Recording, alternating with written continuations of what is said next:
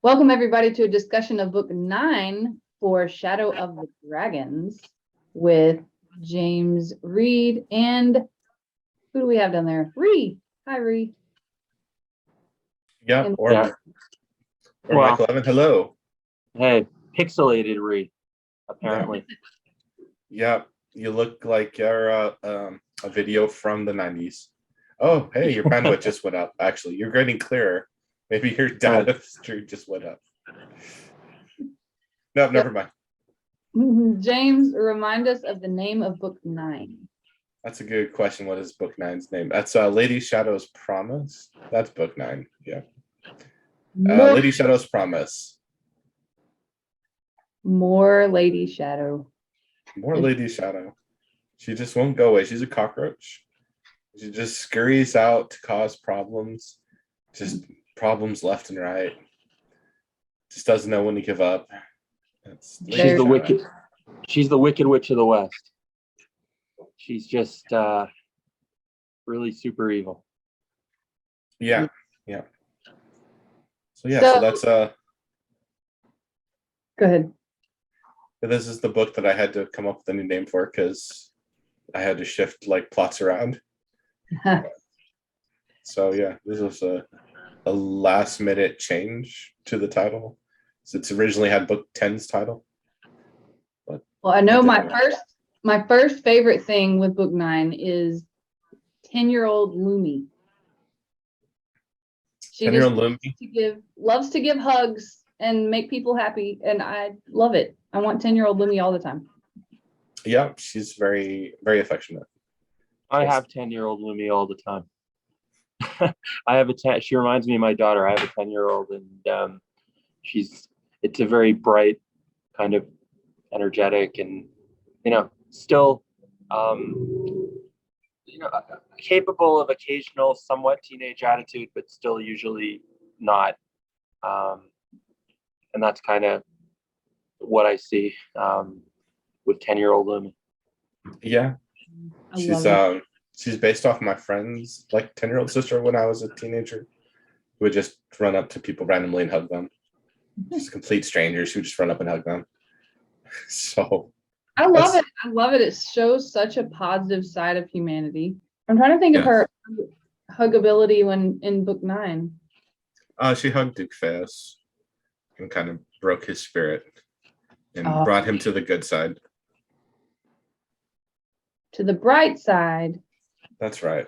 That's what she did. And Duke Fayos signed up with everyone, and they all were friends instead of trying to murder each other.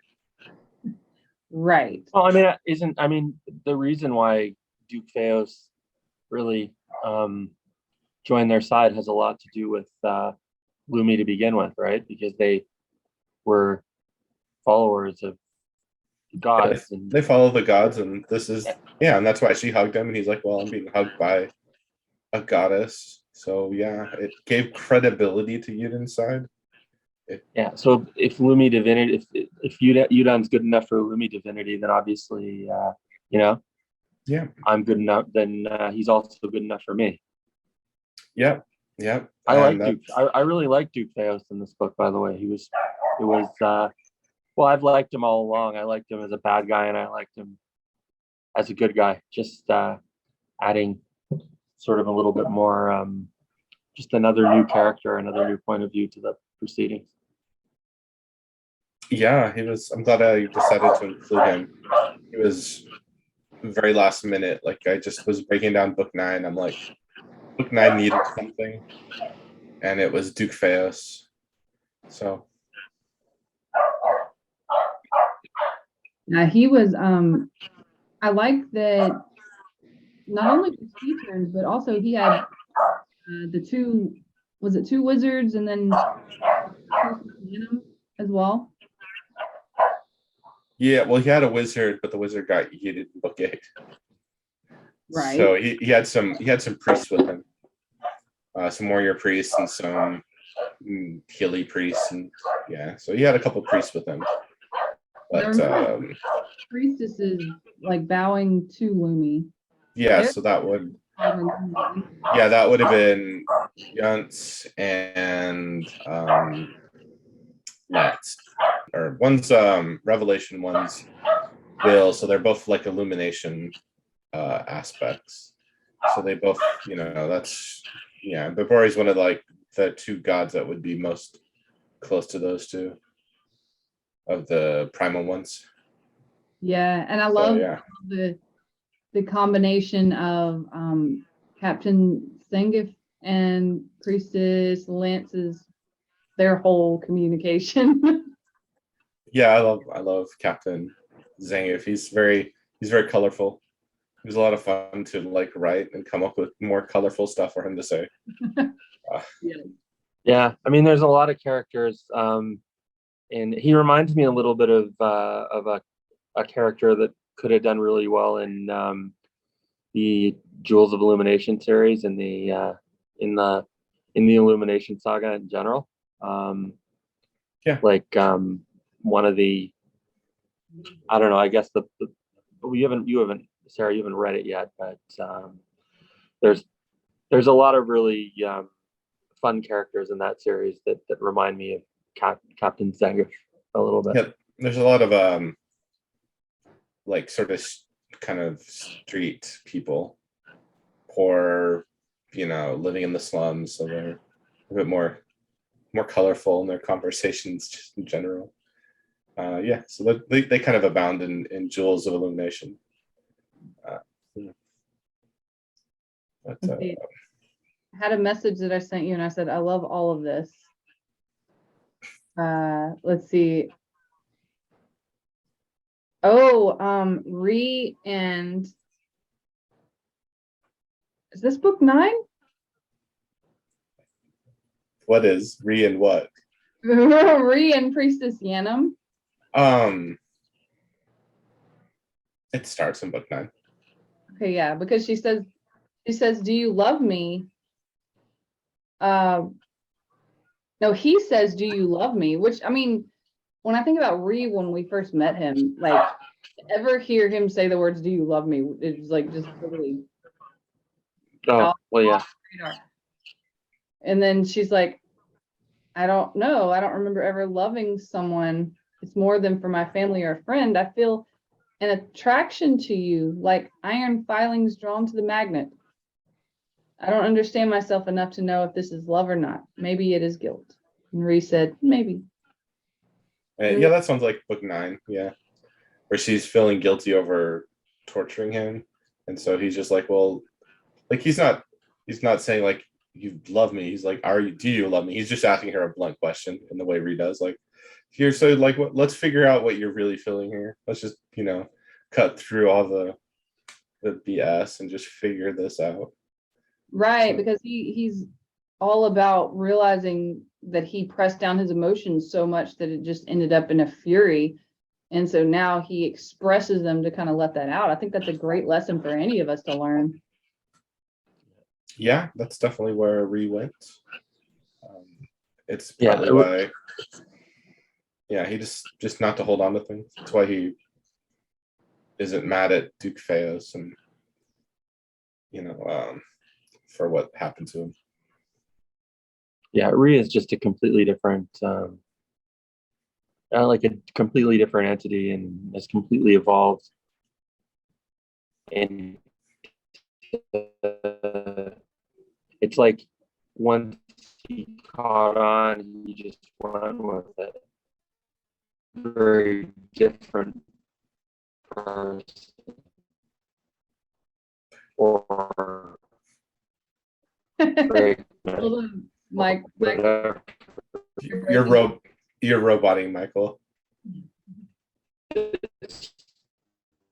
If you can hear us, I would say I agree. He's gone through a huge transformation. He's definitely gone through a huge transition. Michael is completely frozen now. Yeah, you guys. Oh no. Oh, there you go. You're back. Hey, yeah, you roboted out. Hey. You were like, Ree was a very different character, and then you were gone.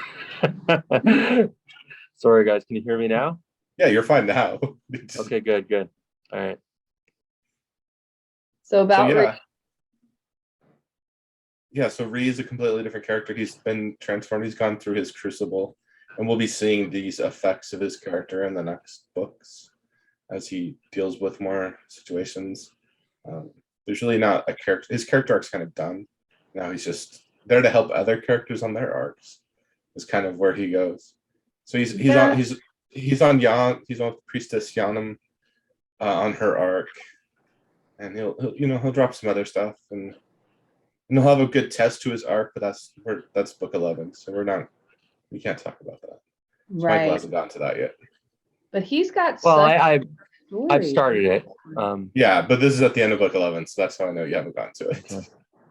Actually, book 11 towards the beginning has like one of my favorite Lumi scenes in the whole series. Oh, awesome. Yeah. We'll have to talk about that one. Yeah.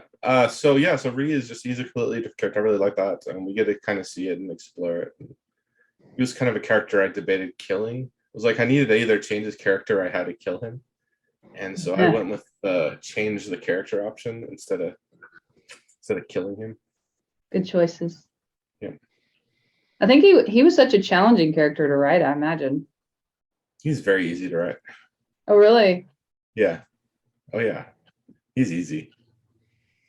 Speaking of challenging characters, who did you find to be the most challenging character to write in the series? The most challenging character to write. Let's I don't know. There's not really characters I find hard to write. I just Zai's prophecy stuff is hard to write. You're right. It's Zai. Just thinking about Zai's ability to see the future is always something that makes her just more difficult. But that's not her personality.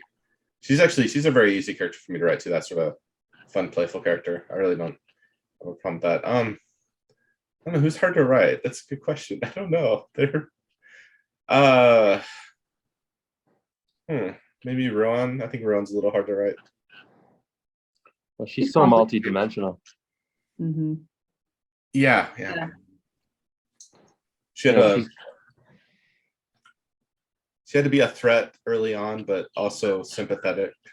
So there was, like a little kind of thread, like a needle. It's like that whole carry her guilt, but also release it, but also still have a little darkness, but also be seeking the light. And yeah. What did you say? Well, it's amazing how Yudon and Ruan have become so close. Because always, even though she was with them and she was part of their group, they always kind of the early books had this thing where they kind of had to coexist with each other, but they still kind of didn't like each other.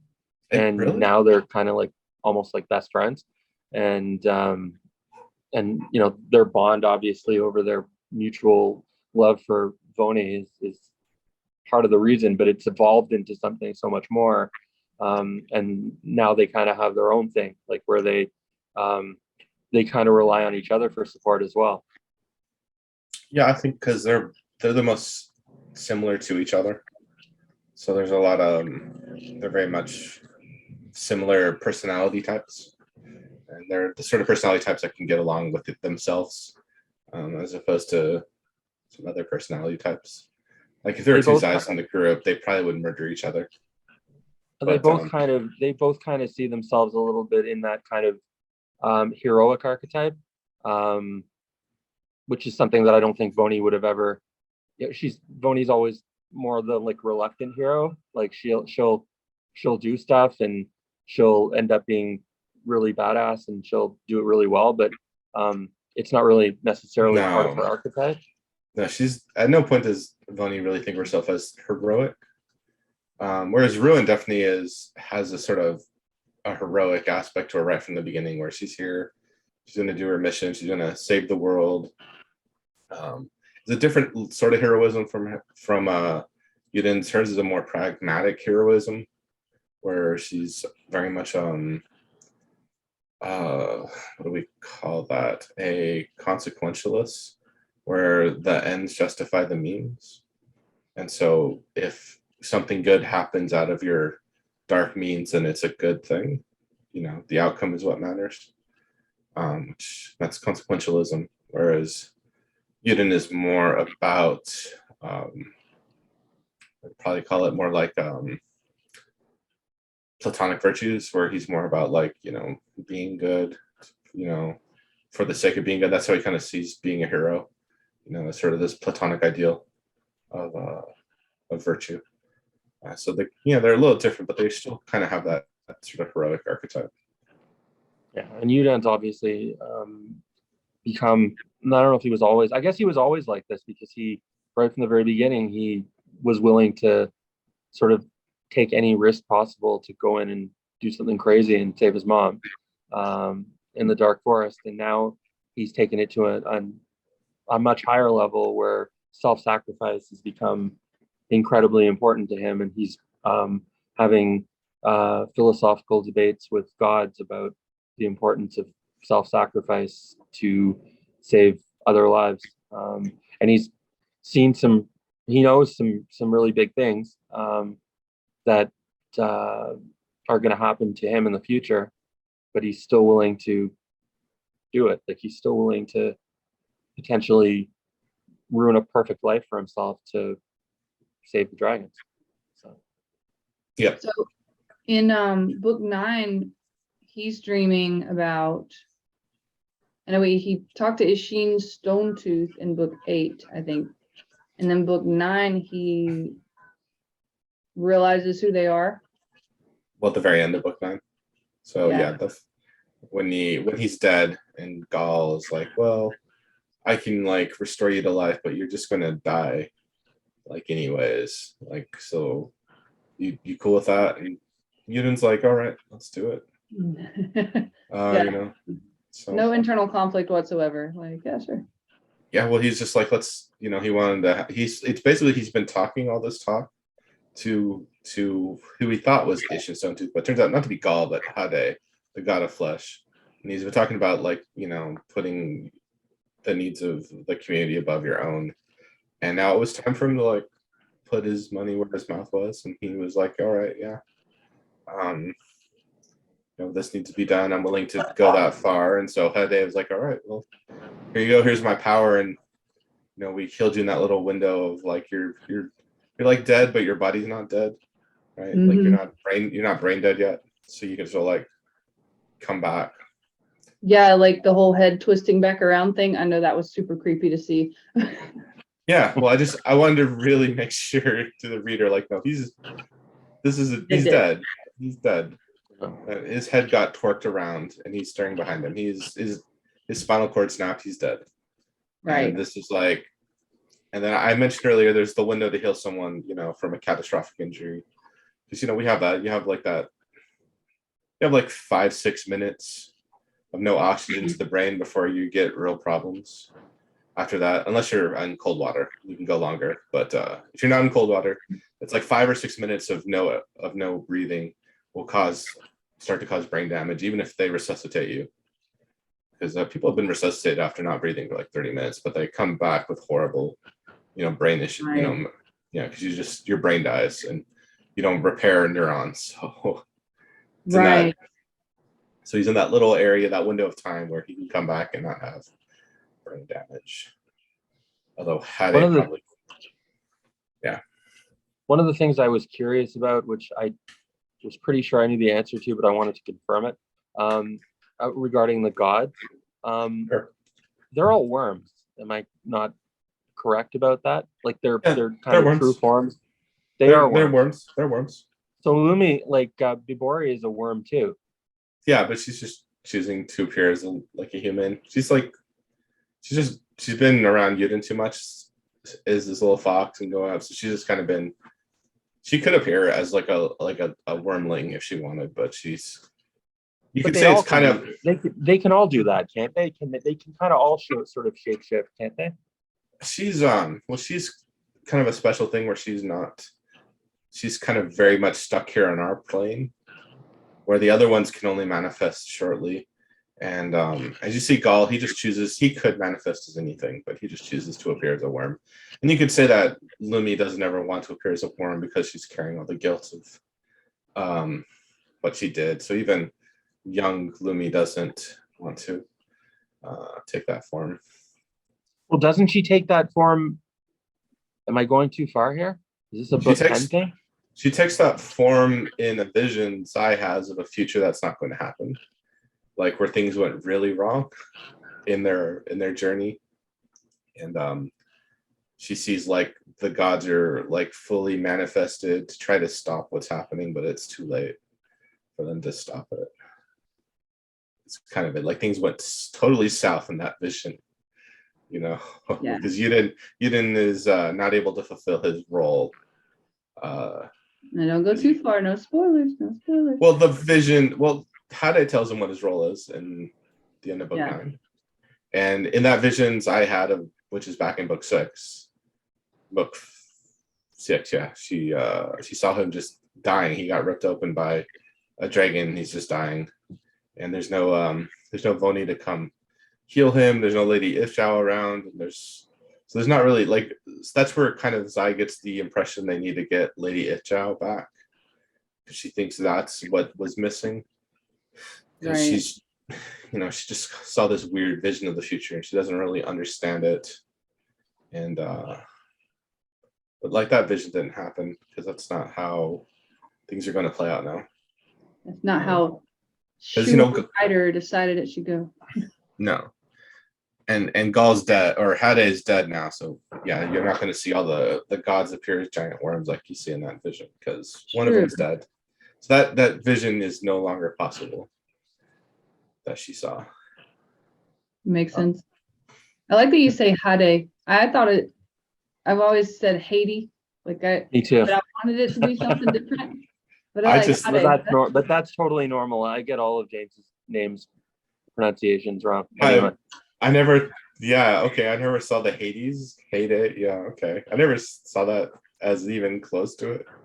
It's funny. I thought that it was like, at first I thought it was like a reference to Hades, but then I was like, but he's flesh, he's not negated. Right. It is not a reference to Hades at all, because this is the first time it has ever occurred to me his name is one letter off of Hades. Yep.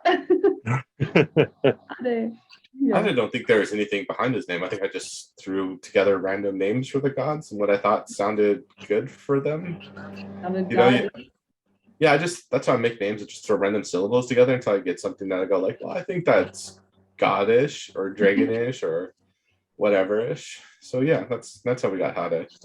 So, sorry, I got a military helicopter flying above me right now. I'm trying to remember the purging of Lady Ifchao from Voni. That's book 9.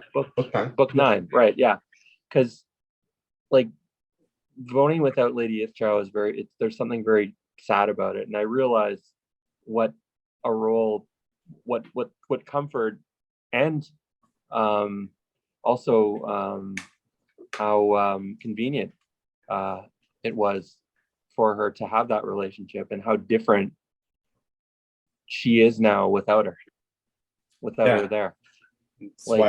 That's why we had to take Lady Ifchao away from her. Right. And I mean, it forced her to have to learn something to allow her to still be able to, I guess, be significant in the group, right? And be able to. She'd been studying magic since book 4. Because she always knew one day she would get rid of Lady Ifchao, so she was preparing for that day. So she was ready with being able to have magic, because she knew one day Lady Ifchao wouldn't be there. And so she prepared. She thought ahead, and she's a planner.